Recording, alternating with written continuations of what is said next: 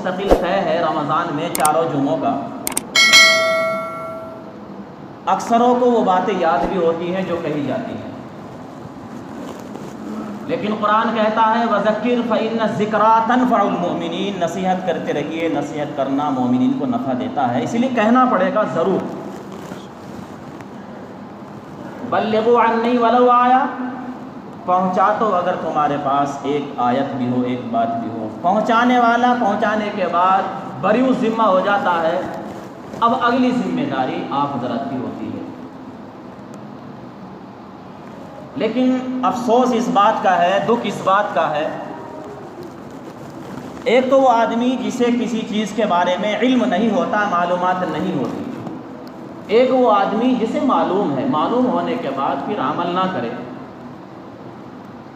اس کے لیے سخت گناہ اور سخت وعید وارد ہیں۔ آپ کا بیٹا، آپ کا بچہ، آپ کا لڑکا، آپ اسے کوئی بات کہیں اور وہ بات کو نہ مانے، آپ کو احساس ہوتا ہے۔ احساس اس لیے ہوتا ہے بھائی ہم نے اپنے بچے سے، اپنے بیٹے سے کوئی بات کہی ہے اور یہ مان نہیں رہا ہے، تو احساس ہونا یقینی ہے، ہونا چاہیے۔ پھر آپ دوبارہ اس بات کو کہیں، پھر نہ مانے تو آپ کو غصہ آتا ہے، تیبارہ کہیں پھر نہ مانے تو آپ کے ماتھے میں شل آتے ہیں اور غصے سے گویا آپ لال پیلے ہوتے ہیں، اور یقیناً ہوتا بھی ہے۔ اللہ تبارک و تعالیٰ نے زکوٰۃ دینے کے تعلق سے قرآن کریم میں ایک جگہ نہیں، دو جگہ نہیں، تین جگہ نہیں، 32 مقامات پر، 32 جگہوں پر اللہ تبارک و تعالیٰ نے نماز اور زکوٰۃ کو ایک جگہ بیان کیا ہے۔ اس سے بڑی کیا تاکید ہو سکتی ہے ہمارے لیے؟ اللہ کی ایک بات ہمارے ذمے فرض عین ہے، اور اللہ رب العزت نے جس بات کو بار بار 32 جگہوں پر، آپ اپنے بیٹے کو 32 مرتبہ کوئی بات کہیں اور نہ مانے تو آپ کیا کریں گے؟ اللہ تبارک و تعالیٰ نے قرآن کریم میں وَأَقِیمُوا الصَّلَاةَ وَآتُوا الزَّکَاةَ، نماز قائم کرو، زکوٰۃ ادا کرو، یعنی نماز کا اور زکوٰۃ کا کتنا گہرا تعلق ہے، یہ اللہ رب العزت کی اس حکم اور اس قرآن کریم کی تعلیمات سے ہمیں پتہ چلتا ہے۔ پر ہم اپنے آپ کو بدلنا نہیں چاہتے میرے بھائی، ہم بدلنا نہیں چاہتے، ہم اٹل ہیں اپنی اس بات پر۔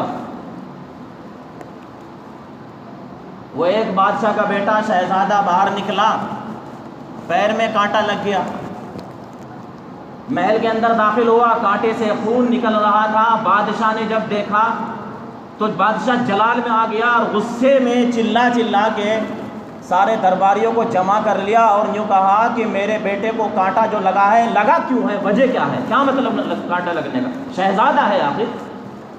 حکم دیا کہ جاؤ سارے شہر میں چمڑا بچھا دو، جب سارے شہر میں چمڑا بچھا ہوا ہوگا تو کانٹا ہی نہیں چبھے گا۔ درباری باہر آ گئے، بادشاہ کا حکم ہے۔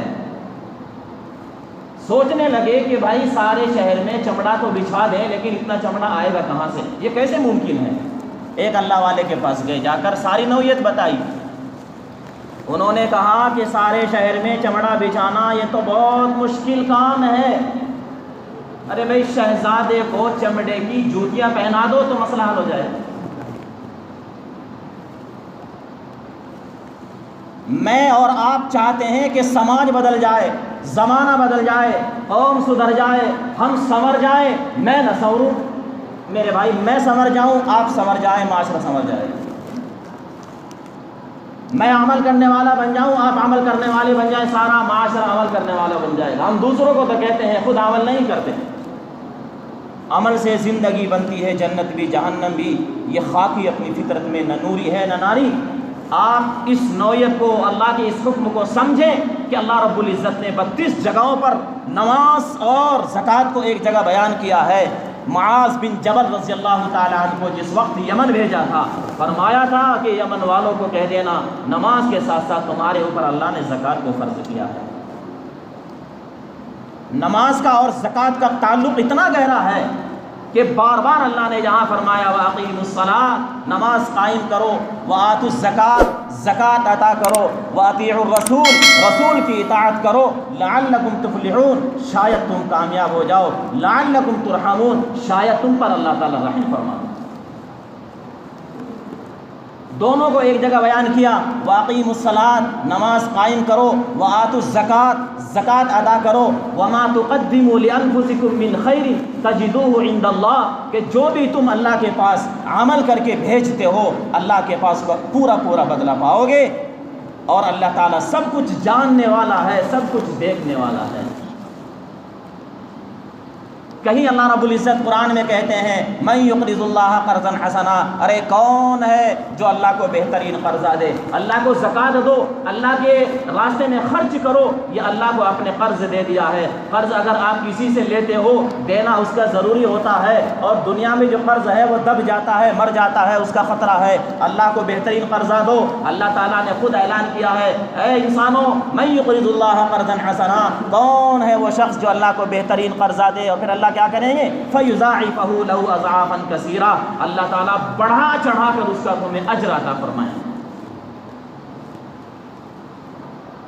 اللہ رب العزت نے مثال دے کر ہم نے سمجھایا، مَثَلُ الَّذِينَ يُنْفِقُونَ أَمْوَالَهُمْ فِي سَبِيلِ اللَّهِ، کہ جو اللہ کے راستے میں مال کو خرچ کرتے ہیں، زکوٰۃ صدقات دیتے ہیں، امداد کرتے ہیں، ان کی مثال تو ایسی سمجھو، مَثَلُ الَّذِينَ يُنْفِقُونَ أَمْوَالَهُمْ فِي سَبِيلِ اللَّهِ كَمَثَلِ حَبَّةٍ أَنبَتَتْ سَبْعَ سَنَابِلَ فِي كُلِّ سُنبُلَةٍ مِّائَةُ حَبَّةٍ وَاللَّهُ يُضَاعِفُ لِمَن يَشَاءُ، کہ اس کی مثال ایسی سمجھو کہ جیسے آپ نے ایک دانہ زمین میں بویا ہو، اور ایک دانے سے پھر اللہ نے 7 بالیاں نکال دی ہوں، اور پھر ہر بالی میں اللہ نے 100 دانے اس میں اگائے اور لگائے ہوں، تو ایک دانے کا گویا 700 بن جاتا ہے، اور 700 تو اللہ نے اعلان کر دیا کہ ایک خرچ کرو گے تو ہم اس طریقے سے بڑھا چڑھا کر 700 کا تو اعلان ہے سب کے لیے، ہر عام خاص کے لیے۔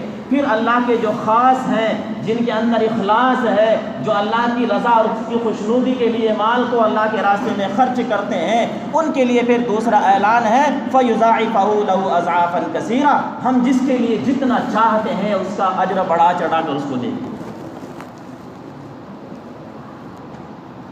دنیا میں اگر ہمیں کہیں پتہ چل جائے کسی کاروبار کے بارے میں اتنا بڑا منافع ہے، تو ہم سارے کے سارے بھاگ دوڑ اور انتھک کوشش کر کے اس کاروبار میں لگیں گے۔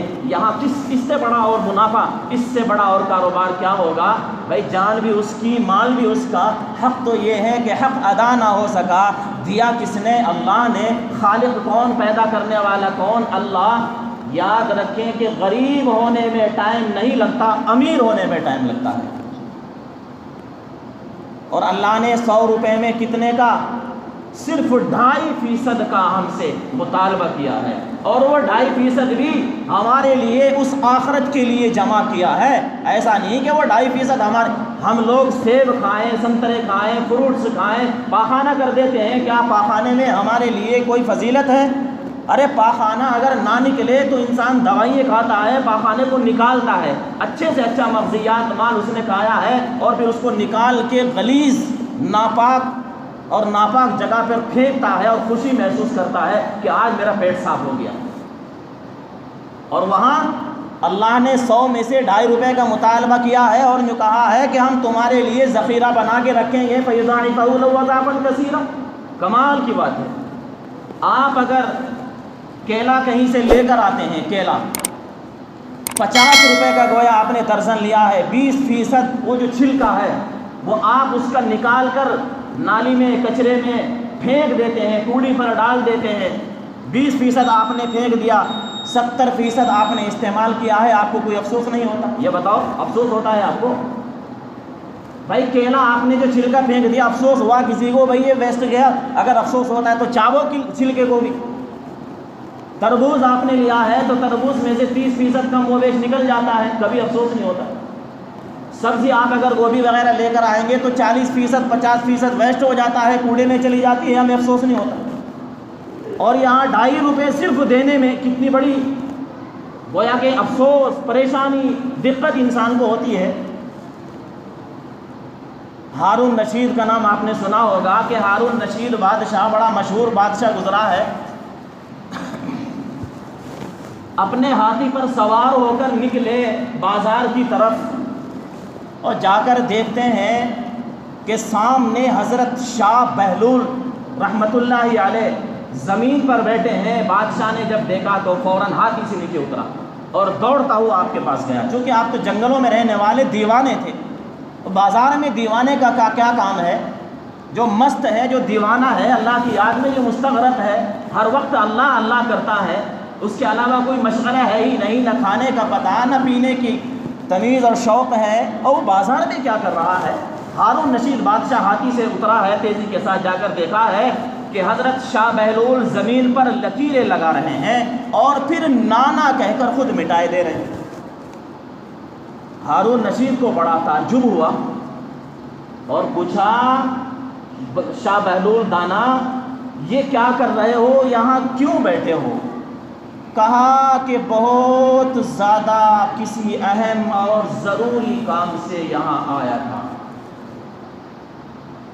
بہلول مست جنگلوں میں، بیابانوں میں رہنے والے بستیوں میں آپ کو کیا کام نکلا ہے اور لکیریں کر رہے ہو، نانا کہہ کر خود ہی مٹائے دے رہے ہو، کیا ماجرا ہے بتاؤ تو ذرا۔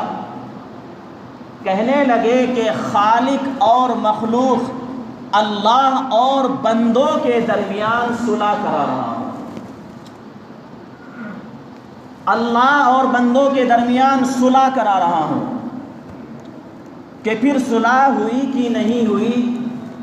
فرمایا کہ وہ تو مانتا ہے یہ نہیں مانتے، وہ تو مانتا ہے یہ نہیں مانتے۔ ایک عرصہ گزرنے کے بعد پھر دیکھا شاہ بہلول دانا رحمت اللہ علیہ کو کہ آج قبرستان میں بیٹھے ہیں اور وہی انداز ہے۔ بادشاہ کا گزر ادھر سے ہوا، افسوس ہوا کہ اس دن تو بازار میں بیٹھے تھے اور آج وہی انداز، وہی طریقہ، وہی نوعیت، وہی کیفیت، اور آج یہاں قبرستان میں ہیں۔ کہنے لگے شاہ بہلول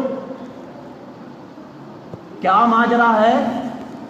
فرمایا کہ اللہ اور بندوں کی صلح کرانے آیا ہوں، کہ اس دن تو صلح نہیں ہوئی تھی، آج بتاؤ صلح ہوئی کہ نہیں ہوئی؟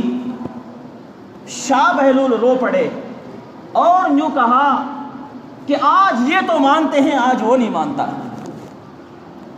آج یہ تو مانتے ہیں آج وہ نہیں مانتا۔ میرے بھائیوں، ہمیں کتنا سمجھایا جا رہا ہے، کتنا بتایا جا رہا ہے، لیکن ہم ٹس سے مس ہونے کو تیار نہیں ہیں۔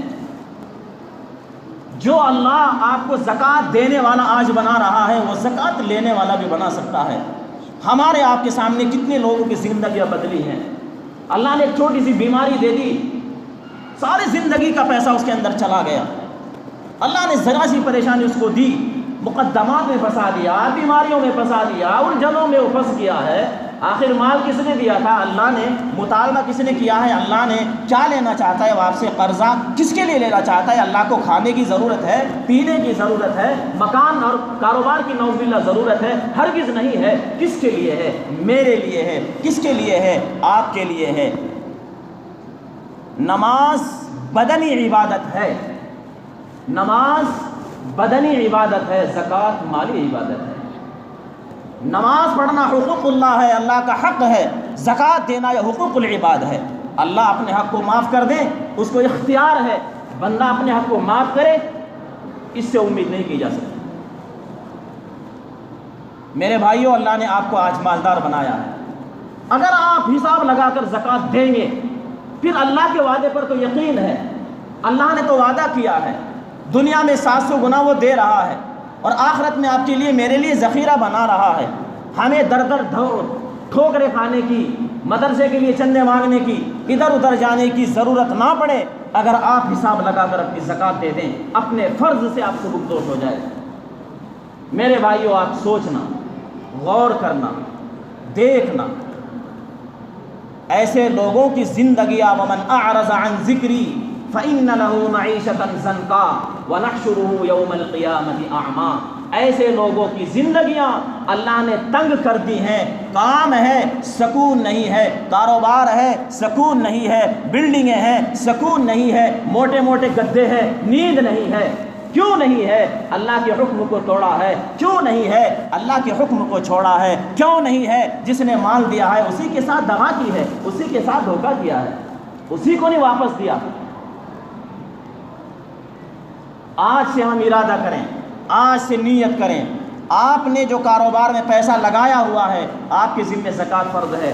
آپ پرچون کی دکان کرتے ہیں، لوہار کے پاس لوہا جو سامان بیچنے بنانے کے لیے ہے اس پر زکوٰۃ بیٹھتی ہے، ڈاکٹر کے پاس جتنی بھی دوائیاں ہیں سب پر زکوٰۃ بیٹھتی ہے۔ پرچون والے کو پتہ ہی نہیں کہ میرے اوپر زکوٰۃ بھی بیٹھتی ہے، نہیں، اس کو تو پتہ ہی نہیں کہ تو سامان رکھا ہوا ہے، کوئی حساب نہیں۔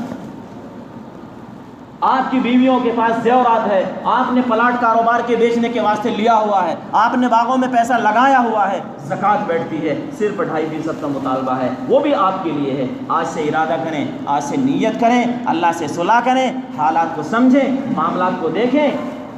جان ٹھہری جانے والی جائے گی، آنے والی کس سے ٹالی جائے گی، روح رگ رگ سے نکالی جائے گی، تجھ پہ ایک دن خاک ڈالی جائے گی، ایک دن مرنا ہے آخر موت ہے، کر لے جو کرنا ہے۔